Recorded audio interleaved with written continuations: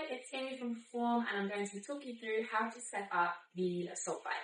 First thing we're going to look at is how to set up your seat height.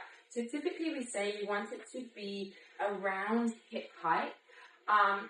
For me, I know that I tend to have it on setting 5 or 6, and I'll show you what that looks like.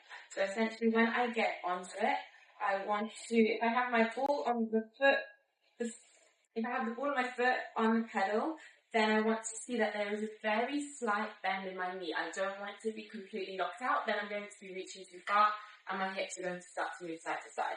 So I want to think about it being almost straight but with a very slight bend. That's going to put me in a position where I have maximum power. If I have the seat too low and my knees are coming up too high, then that's going to drain my quads very, very quickly and I'm going to burn out. It's also not going to put me in a very powerful position. So think about having that slight bend in your knee. Then the other thing that we can think about is how far away we are from the handles. We don't want to be hunched over.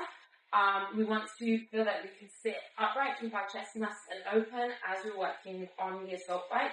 We also don't want to be so far away that we feel like we're having to really reach for the handles. So to adjust that, we can adjust here. You're going to loosen until you can get to a point where you can pull this out, and then we can move backwards and forwards, and then just tighten it back up.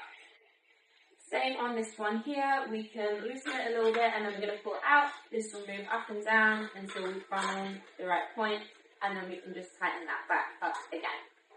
That is how you set up your bike, and I'll just talk you through some of the key metrics on the screen now as well. So main things we usually look for on the display would be the time, the calories, and the RPM.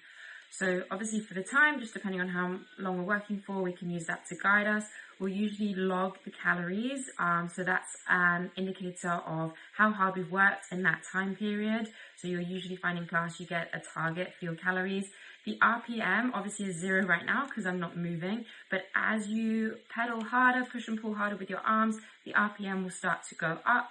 And you can try and use that as a target as well for how hard you're working. The harder that you pedal, the higher the RPM is going to go. So sometimes you might find a target in class as well that you're aiming for. So a really high, hard interval might be something like over 60 RPMs, whereas more of a steady interval might be something more around 45 to 50 RPMs.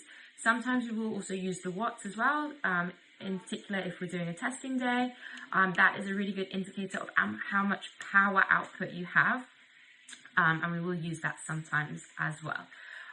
In general, we will just start pedaling and everything will start to go, but sometimes you can stop to reset, let everything switch off, and then it will give you a little summary of what you've just done. If clicking again, we'll completely clear the screen, and then we can start again, it will refresh everything.